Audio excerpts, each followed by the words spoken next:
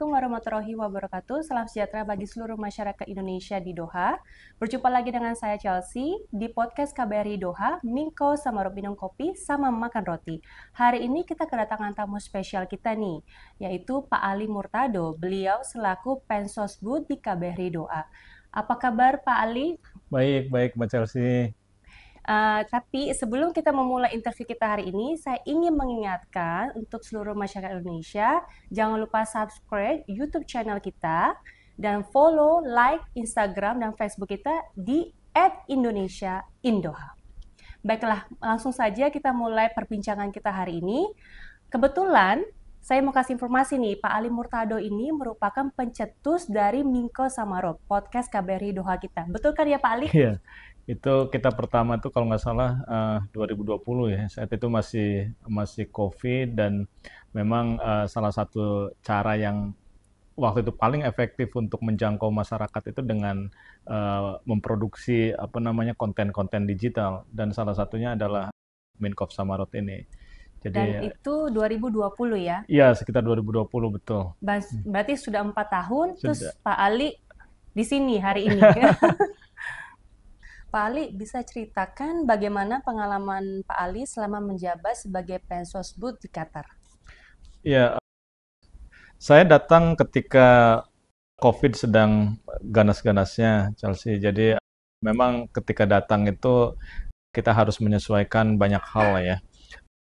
Pertama, saya juga menjumpai masyarakat yang sangat aktif, masyarakat Indonesia yang sangat aktif, tapi di sisi lain juga saat itu kita dibatasi pergerakannya karena pandemi itu. Jadi kita memang dituntut untuk memutar otak, mencari kreasi-kreasi baru gitu ya.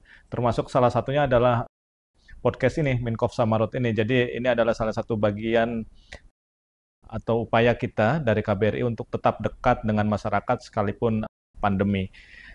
Di luar dari pandemi, saya termasuk orang yang sangat bersyukur Chelsea karena selama penugasan di sini selama kurang lebih 4 tahun terakhir ini banyak momen besar yang saya lewati dan alhamdulillah bisa berjalan dengan sukses ya.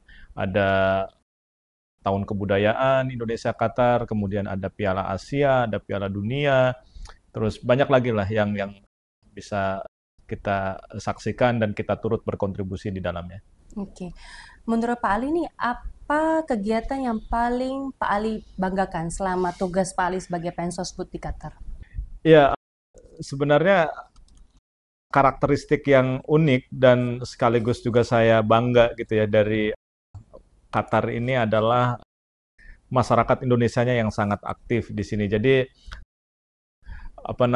hampir semua kegiatan yang melibatkan promosi budaya gitu ya, ada keterlibatan masyarakat di situ. Jadi kalau misalkan Chelsea tadi tanyakan soal apa yang paling saya banggakan, sebenarnya ketika saya mengucapkan itu ya, itu juga saya ingin berterima kasih, mengapresiasi masyarakat. Jadi ada banyak kegiatan yang mungkin bisa saya sebut sebagai signature program gitu ya dari KBRI Doha itu. Salah satunya adalah Tahun Kebudayaan Indonesia Qatar. Jadi tahun 2023 Indonesia dipilih sebagai negara mitra atau country partner bagi pelaksanaan Tahun Kebudayaan Qatar dan itu satu-satunya atau negara pertama dari Asia Tenggara. Jadi kita tahu lah kalau dari sisi jumlah komunitas ada negara Asia Tenggara lain yang komunitasnya lebih besar ya, lebih banyak dari Indonesia, tapi pemerintah Qatar memilih Indonesia dan alhamdulillah kita juga sukses menyelenggarakan program Tahun Kebudayaan Indonesia Qatar tersebut dan ya itu salah satu yang mungkin bisa kita sebut sebagai milestone ya dari hubungan diplomatik Indonesia Qatar khususnya di bidang sosial budaya. Oke. Bagaimana Pak Ali beradaptasi dengan lingkungan dan budaya kerja di Qatar? Kalau kalau budaya sih oke ya karena Qatar Qatar dan Indonesia kan sama-sama negara Muslim gitu ya dan dari sisi ya budaya ada banyak kesamaan walaupun juga ada banyak perbedaannya. Yang agak sulit mungkin dari sisi adaptasi lingkungan ya cuaca ya karena kita kan dari negara tropis yang Di Indonesia kan hampir setiap waktu itu hujan. Iya. Sementara di sini itu selama 1 tahun misalkan mungkin hanya 2 atau 3 kali kita mengalami hujan. Jadi anak saya itu Chelsea kalau misalkan lagi pulang ke Indonesia itu dia ada hujan itu pasti direkam tuh. Oh, Karena mandi mandi saking hujan ya? ya saking apa amaze-nya itu gitu dengan hujan itu. Jadi di sini kan relatif jarang dan panas. Ketika panas tuh sangat Hmm. ekstrim gitu ya. Jadi mungkin adaptasi yang paling butuh perjuangan itu di lingkungan justru. Kemudian bagaimana dengan tantangan Tan dari segi pekerjaan di sini? iya, sekali lagi karena di sini tuh saya dianugerahi dengan komunitas yang sangat aktif gitu ya. Jadi relatif bisa diatasi lah. Ya pasti ada tantangannya, tapi dengan bantuan kolaborasi dengan masyarakat kita bisa mengatasi itu. Salah satu yang paling berat ya menurut saya ini kan soal citra ya, Mm-mm.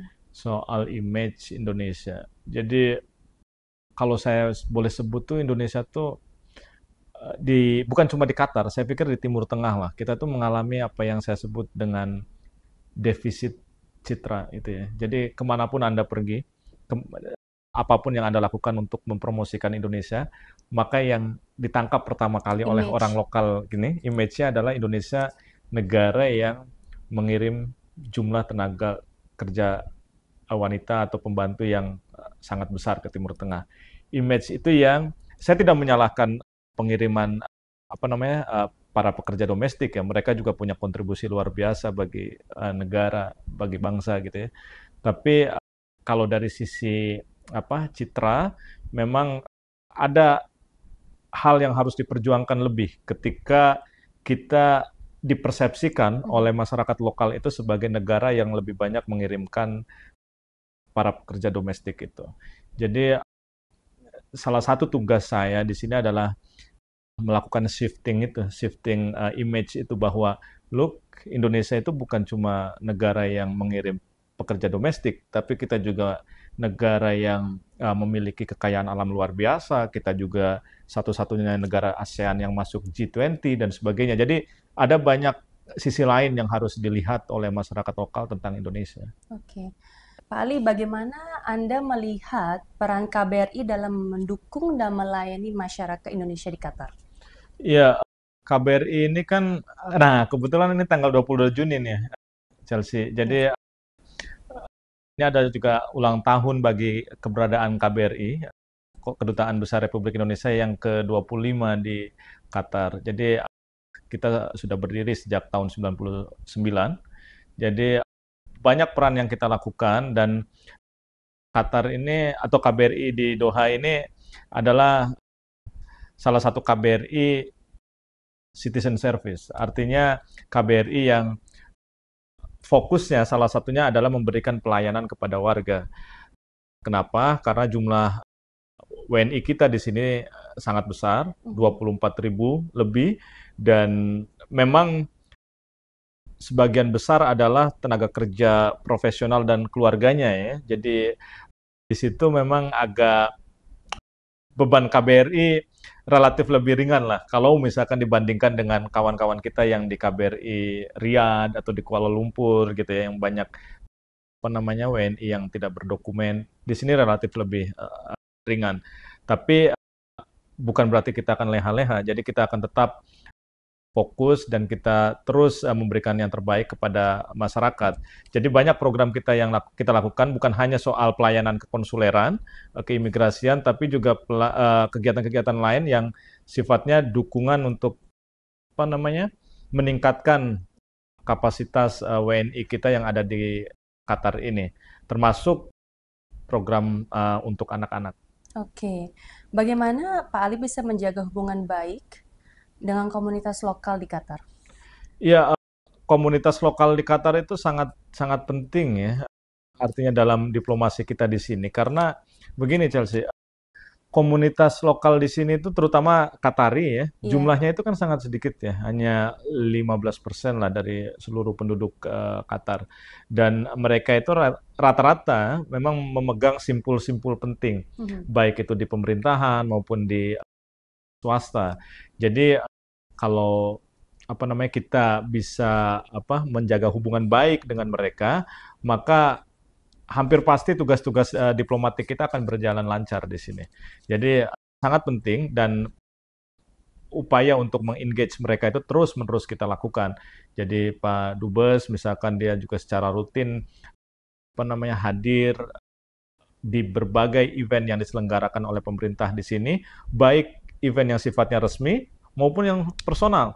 Jadi kalau misalnya kita lihat agenda Pak Dubes itu, dia juga hadir di banyak acara pernikahan misalkan ya, pernikahan para Qatari. Itu tidak bisa kita lihat sebagai oh itu agenda yang pribadi, enggak. Karena dia datang sebagai dubes, tetap ada fungsi representasi ya, diplomasi yang melekat di dia, dan itu juga sebagai upaya untuk kita menjaga hubungan baik dengan komunitas lokal. Dan itu penting banget. Bagaimana Anda melihat peran seni dan budaya dalam diplomasi Oh iya, Indonesia di Qatar? ya, ya. Saya kira salah satu golden moment lah ya, golden moment dari hubungan bilateral Indonesia Qatar itu adalah ketika tadi yang saya sebut penyelenggaraan Tahun Kebudayaan Indonesia Qatar. Nah, kita bukan negara dengan komunitas terbesar di Qatar, bahkan dari Asia Tenggara sekalipun kita bukan yang terbesar, tapi Qatar memilih Indonesia, pasti kan ada alasannya. Nah, kalau saya lihat memang mungkin ada banyak faktor lah ya, alasan ekonomi, politik, dan lain sebagainya, tapi terlepas dari alasan-alasan itu, ada satu hal yang ingin saya garis bawahi adalah bahwa Tahun Kebudayaan itu semacam pengakuan dari Qatar bahwa Indonesia adalah negara yang kaya akan budaya, seni dan budaya. Dan kalau misalkan kita lihat dari negara mitra tahun-tahun sebelumnya untuk Tahun Kebudayaan itu seperti Brazil, India, gitu ya, ada China gitu ya. Itu semua adalah negara-negara yang sangat kaya dengan budaya dan sejarah peradaban mereka juga sangat tinggi gitu ya. Jadi ketika Indonesia sejajar dengan negara-negara tersebut, itu kan luar biasa. Artinya pemerintah Qatar juga melihat bahwa negara Indonesia ini bukan hanya negara yang mengirimkan tenaga kerja domestik dalam jumlah besar gitu ya, tapi juga negara yang memang memiliki kekayaan budaya dan potensi ekonomi luar biasa.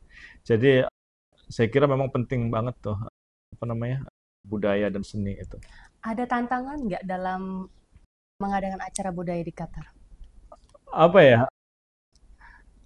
Ya pasti ada lah, tantangan ada. Tapi lagi-lagi karena di sini kita didukung oleh komunitas yang aktif ya, segala tantangan itu relatif bisa diatasi. Salah satunya adalah karena di Qatar ini kan sedikit ya warga negaranya ya. Kemudian rata-rata mereka juga pekerja profesional.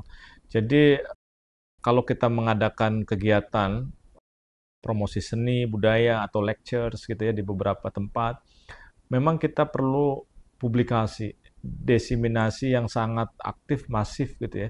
Karena kalau enggak, kita akan kesulitan tuh mengundang mereka untuk datang ke event-event kita. Untuk dapetin crowd-nya ya? Iya, iya betul. Untuk dapetin crowd itu nggak kayak di Jakarta misalkan yang kita publish lewat radio saja udah bisa pada datang gitu. Kalau di sini kita butuh effort banget tuh karena mereka adalah kelompok yang secara ekonomi sangat mapan, kemudian mereka yang hidupnya tuh udah terschedule loh.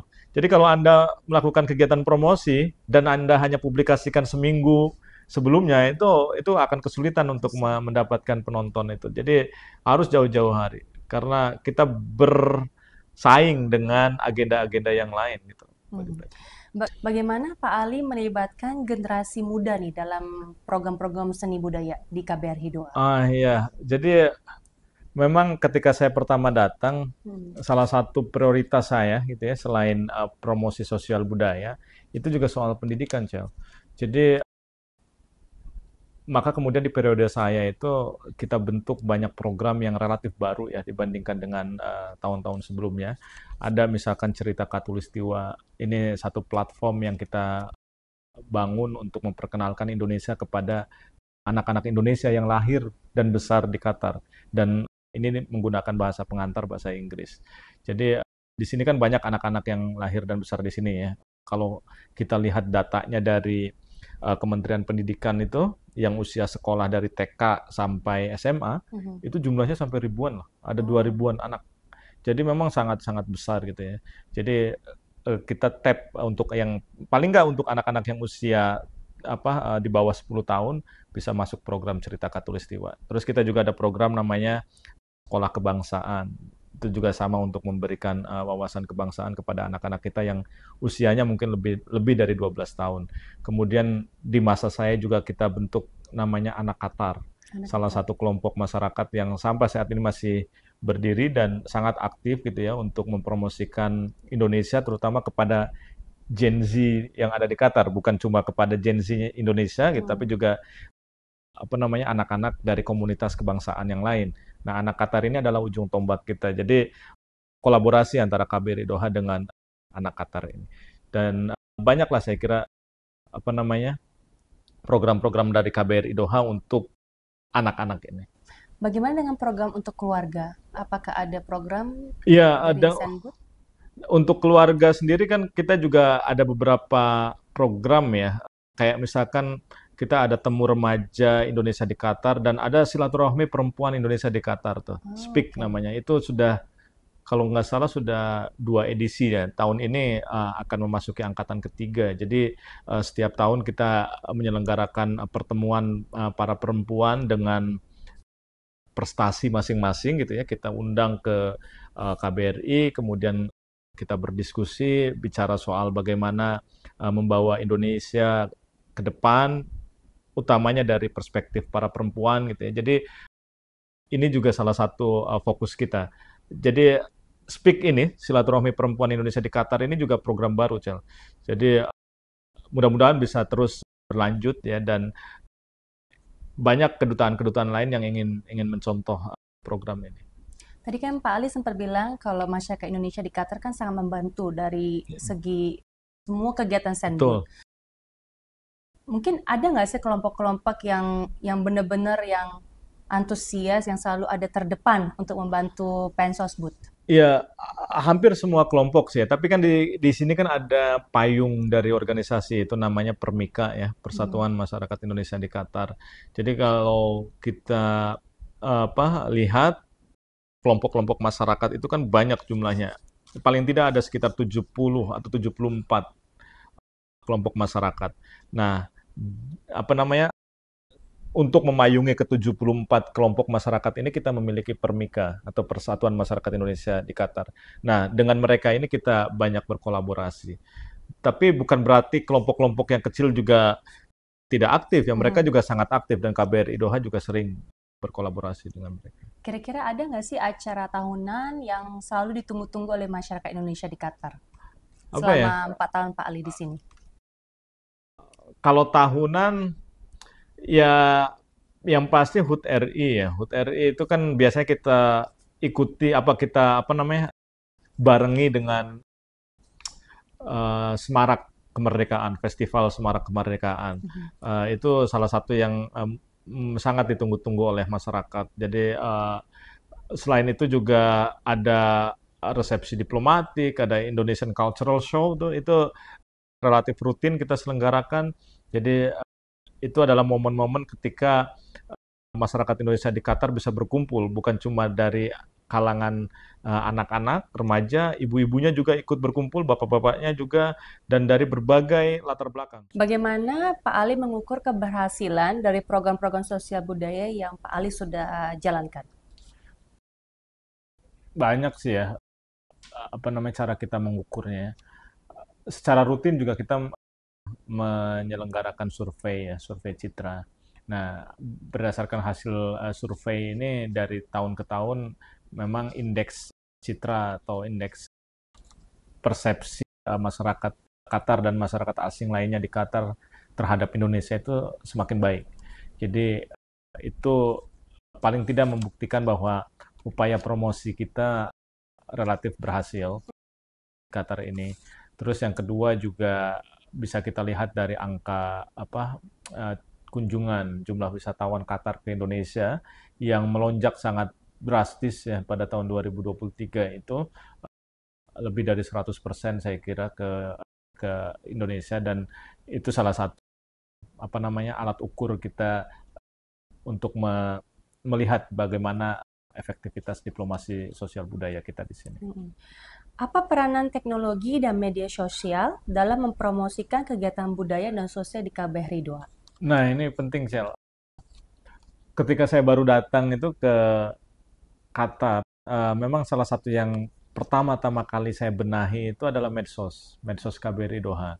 Mhm. Dan alhamdulillah paling tidak sudah terlihat apa hasilnya dan mungkin masyarakat juga bisa menyaksikan bahwa banyak sekali pengumuman atau informasi penting bisa kita lihat di medsos kita dan paling nggak kan kita juga bisa lihat dari jumlah follower ya. Follower, Jadi yes. ketika saya datang pada pertengahan tahun 2020 itu follower Instagram lah ya, paling tidak Instagram Mm-mm. itu hanya sekitar 1000 1000.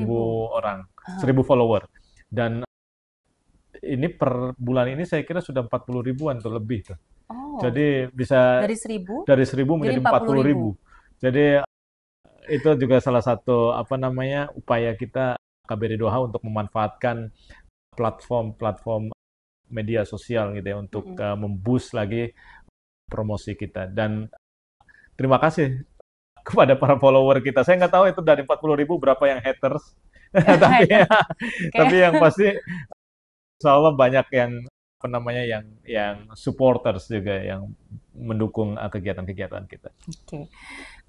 Kemudian Pak Ali, apa rencana jangka panjang bagi KBRI Doha untuk memperkuat hubungan seni budaya antara Indonesia dan Qatar? Banyak ya, tapi yang pasti tahun kebudayaan Indonesia Qatar itu Cel harus Mm-mm. kita pertahankan legasinya.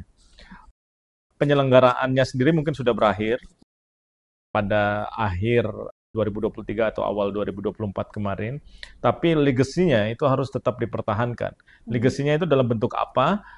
Misalkan kerjasama pendidikan. Kerjasama pendidikan kita harus tetap kita jaga, memanfaatkan momentum Year of Culture itu. Kemudian juga apa namanya promosi pentas-pentas seni. Ini kita beruntung ya karena kita sudah pernah menjadi negara mitra dari Year of Culture atau Tahun Kebudayaan sehingga hubungan kita dengan banyak mitra di sini tuh sudah terjalin dengan baik. Mhm. Jadi kalau misalkan kami misalkan mau menggunakan gedung atau fasilitas X gitu ya, kita sudah punya hubungan tradisional dengan mereka dan kita tinggal angkat telepon dan bisa kita selesaikan gitu loh. Jadi banyak hal yang bisa kita manfaatkan dari momen tahun kebudayaan kemarin untuk kita terus mempertahankan apa namanya promosi sosial budaya kita di sini. Pak Ali, ada nggak sih prioritas dari KBRI Doha untuk kedepannya? Di bidang sosial budaya Ya, ya. sosial Ya budaya. kalau dari saya sih melihat bahwa kerjasama pendidikan itu salah satu yang prioritas ya. Mhm. Makanya kemudian baru beberapa bulan yang lalu juga Rektor UGM kan datang kemudian menandatangani salah satu MOU yang saya pikir itu salah satu yang paling signifikan yang pernah kita raih ya. Itu MOU antara UGM dengan Qatar University. Itu harus benar-benar kita kawal tindak lanjutnya bagaimana. Jadi pendidikan prioritas. Yang kedua olahraga ya. Mhm. Olahraga juga ini prioritas karena Qatar ini terutama setelah Piala Dunia itu menjadi kiblat olahraga internasional. Jadi saya pikir ke depan jalinan kerjasama Indonesia Qatar di bidang olahraga itu harus kita benar-benar pastikan implementable gitu ya. Qatar misalkan memiliki Akademi Aspire, punya rumah sakit olahraga Aspetar, itu harus dimanfaatkan oleh Indonesia. Mhm. Itu prioritas yang kedua. Jadi pendidikan, olahraga, dan yang ketiga, kalau boleh saya sebut mungkin media ya, Cel ya. Al Jazeera, diakui atau tidak, suka atau tidak, itu memiliki pengaruh yang sangat luas. Bukan Ya. hanya bukan hanya di kawasan Timur Tengah ya, tapi secara internasional. Jadi kalau misalkan Indonesia melalui jaringan televisi nasional kita gitu ya, bisa menjalin kerjasama yang long term dengan Al Jazeera, itu saya pikir juga sangat-sangat baik ya untuk menaikkan apa namanya positioning Indonesia. Mhm. Tanpa media saya pikir susah ya sebuah negara itu menjadi besar. Oke. Bagaimana experience Pak Ali selama bekerja di KBRI dengan tim di KBRI dalam mengorganisasi acara-acara big event? Eh, KBRI Doha itu kalau dari sisi anggaran, Mm-mm. budgeting, Mm-mm. itu kita tidak besar dan mungkin bahkan salah satu yang terkecil di Timur Tengah dari Mhm. sisi budget. Dari sisi staffing juga jumlah staff itu KBRI Doha salah satu yang terkecil di Timur Tengah. Tapi kalau melihat dari sisi jumlah kegiatan, Chelsea bisa bayangkan ya, tahun 2023 saja, Mhm. kita itu di bidang promosi sosial budaya saja lebih dari 24 kegiatan 24 terlaksana. kegiatan. Artinya setiap bulan itu paling tidak itu ada Dua. 2 kali. Jadi setiap 2 minggu tuh ada kegiatan promosi sosial budaya saja tuh. Belum lagi promosi ekonomi, kegiatan di bidang politik dan apa namanya di bidang konsuler, ketenaga kerjaan dan sebagainya. Jadi ini salah satu kedutaan yang paling sibuk saya kira di Timur Tengah. Walaupun dari sisi anggaran maupun staffing kita tidak fantastis ya Hmm. jumlahnya. Jadi saya sih merasa dukungan yang luar biasa dari tim di internal KBRI dan juga dari masyarakat. Dan ini terbukti dari masifnya kegiatan-kegiatan yang kita lakukan. Di acara 2023 ini, Tahun Kebudayaan, menurut Pak Ali, kegiatan apa yang sangat berkesan sama Pak Ali? Kalau secara Merasa pribadi, bangga, ya secara pribadi banyak ya, hampir semuanya. Tapi secara pribadi mungkin pentas hayati itu salah satu yang paling pentas saya. paling monumental ya, paling berkesan karena itu melibatkan begitu banyak resources, pendanaan juga. Terima kasih kepada Kemendikbud, Ristek kita yang sudah sangat aktif mendukung pentas tersebut. Apa namanya, itu satu. Terus kemudian juga pameran kopi di National Museum of Qatar. Itu adalah salah satu pameran yang terpanjang mengenai Indonesia Mhm. yang pernah diselenggarakan di Qatar. Juga pameran manuskrip. Itu juga salah satu yang paling panjang yang pernah diselenggarakan di Qatar National Library. Jadi banyak yang berkesan, tapi mungkin 3 hal tadi salah satu yang paling apa namanya paling saya ingat karena memang butuh effort yang luar biasa gitu. Oke. Ada nggak sih kolaborasi dengan negara lain yang juga memiliki komunitas yang besar juga di Qatar? Ada Ah, nggak kegiatan-kegiatan ini? ya, saya mau menyebut satu hal tuh, Cel. Desember 2023 itu kita menyelenggarakan ASEAN Sports Day. ASEAN Sport Day. Dan itu pertama kali. Jadi memang banyak sekali kegiatan KBRI Doha yang diselenggarakan untuk pertama kali. Mudah-mudahan bisa berlanjut ke depan ya.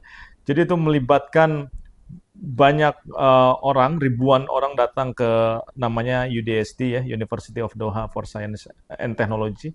Jadi kita buat seperti SEA Games-nya ini, SEA Games-nya ASEAN. masyarakat ASEAN yang ada di Qatar. Mhm. Jadi kita ada defile apa pawai gitu ya, membawa bendera, ada kontingen Indonesia, kontingen Malaysia, Filipina, itu melibatkan begitu banyak komunitas.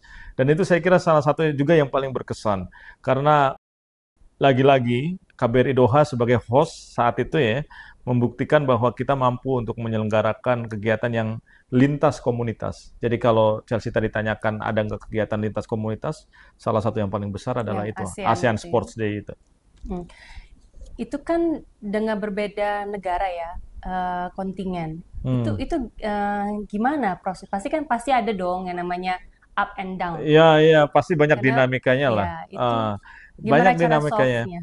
Ya, yang pasti kita harus memiliki komunikasi yang baik ya dengan mereka ya, dan hindari hal-hal yang sifatnya sensitif. Oke. Misalkan dan hal-hal yang sifatnya sensitif ini nggak perlu dipaksakan gitu ya. Misalkan ada soal kostum, soal tarian gitu ya, apakah perlu ada di pembukaan, misalkan kan kalau misalkan akan rentan menimbulkan protes dari banyak pihak, ya kita cooling down saja. Jadi ada banyak hal sisi lain lah yang bisa kita gunakan untuk menunjukkan bahwa ini loh Indonesia. Jadi kita jangan fokus pada hal-hal yang sensitif tadi. Jadi itu sih salah satu trik dari saya. Jadi selain juga kita membangun komunikasi, membangun apa namanya koordinasi yang sangat baik dengan komunitas lain. Bagaimana Pak Ali melihat masa depan hubungan diplomatik dan budaya antara Indonesia dan Qatar? Saya pikir kalau misalkan ada satu kalimat gitu ya yang bisa mewakili hubungan bilateral Indonesia-Qatar adalah bahwa Indonesia di Qatar itu kecil dalam jumlah, dalam angka ya, tapi besar dalam makna. Jadi kita kalau misalkan dari sisi jumlah diaspora mungkin tidak terlalu besar, paling tidak dibandingkan dengan India, Pakistan, Bangladesh dan sebagainya. Tapi makna dan kontribusi yang diberikan oleh para diaspora kita itu sangat signifikan. Nah, ke depan juga hubungan bilateral Indonesia dan Qatar akan sangat dan semakin penting.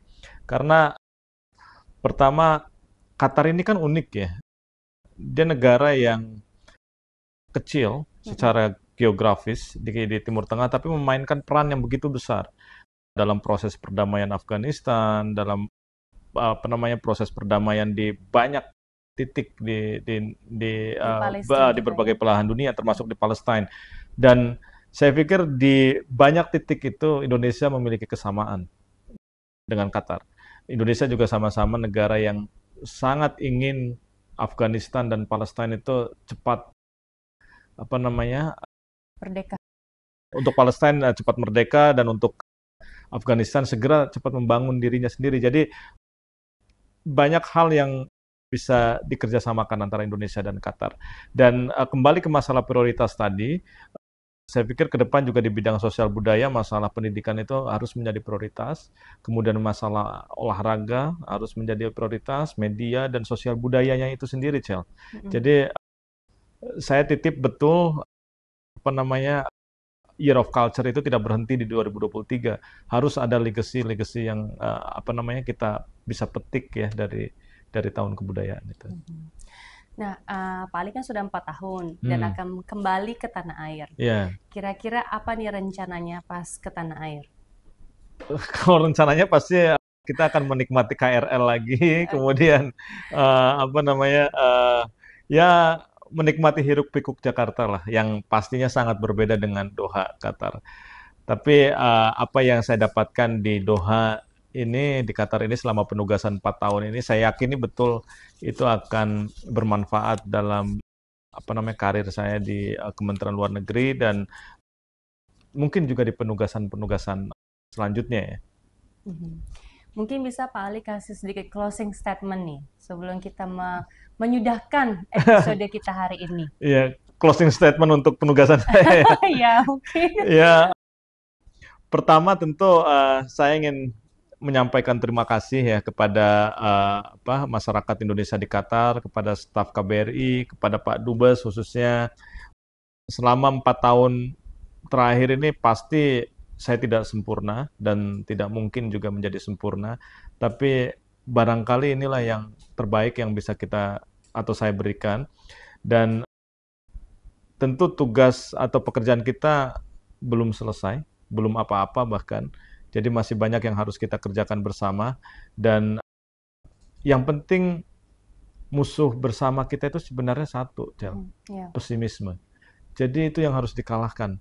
Jadi musuh bersama kita itu sebenarnya bukan komunitas lain atau bahkan komunitas kita sendiri, itu bukan. Kita tidak bisa bersaing dengan mereka. Mungkin ya persaingan dalam hal yang positif mungkin oke. Tapi hal yang paling pengalaman saya nih selama 4 tahun terakhir nih, hal yang paling harus kita kalahkan itu adalah pesimisme. Karena kalau misalkan kita tidak punya optimisme, kita tidak bisa melakukan apa-apa di Qatar sini, di Doha ini. Kalau misalkan Chelsea tadi, atau kita diskusi banyak sekali program-program baru yang lahir dalam 4 tahun terakhir ini, itu semua dimulai dari mimpi dan optimisme sebenarnya. Optimisme untuk mengengage masyarakat gitu ya, optimisme untuk mempromosikan Indonesia lebih baik lagi di Qatar, itu semua berasal dari sana. Jadi saya pikir hal yang harus kita tanamkan betul di KBRI dan di seluruh masyarakat Indonesia di Qatar adalah kalahkan rasa pesimisme kita. Itu salah satu yang paling penting, dan saya juga selaku pribadi dan keluarga juga ya, dan kedinasan memohon maaf kalau misalkan selama berinteraksi selama 4 tahun terakhir ini banyak kekurangan, ada juga mungkin kesalahan, kehilafan yang pernah kami lakukan, dan mudah-mudahan apa yang bisa kita apa namanya kerjakan gitu ya selama 4 tahun terakhir ini bisa kita rawat, dan mudah-mudahan, dan saya betul-betul berharap itu bisa ditingkatkan lagi ke depannya. Itu. Terima kasih banyak kepada Pak Ali atas waktunya sudah memberikan informasi yang sangat luar biasa, dan terima kasih juga atas Pak Ali kan merupakan pelopor ya dari podcast Minkov ini Ya, juga. salah satu Ini yang membidani kelahirannya lah. jadi podcast ini kan jadinya in the end banyak sekali tamu-tamu luar biasa yang Ya, sudah hadir, betul. yang memberikan banyak wawasan ya kepada kita semua. Dan kita berharap semoga podcast ini akan terus berjalan dan Amin. Pak Ali juga sukses di penugasan selanjutnya. Dan semoga acara kita hari ini memberikan wawasan baru dan inspirasi bagi masyarakat Indonesia, baik di Qatar maupun Indonesia. Sampai jumpa lagi di episode berikutnya. Tetap semangat dan terus dukung diplomasi budaya Indonesia. Terima kasih banyak Pak Ali. Kasih, Sampai Chelsea. jumpa. Kasih. Wassalamualaikum warahmatullahi wabarakatuh. Assalamualaikum warahmatullahi wabarakatuh.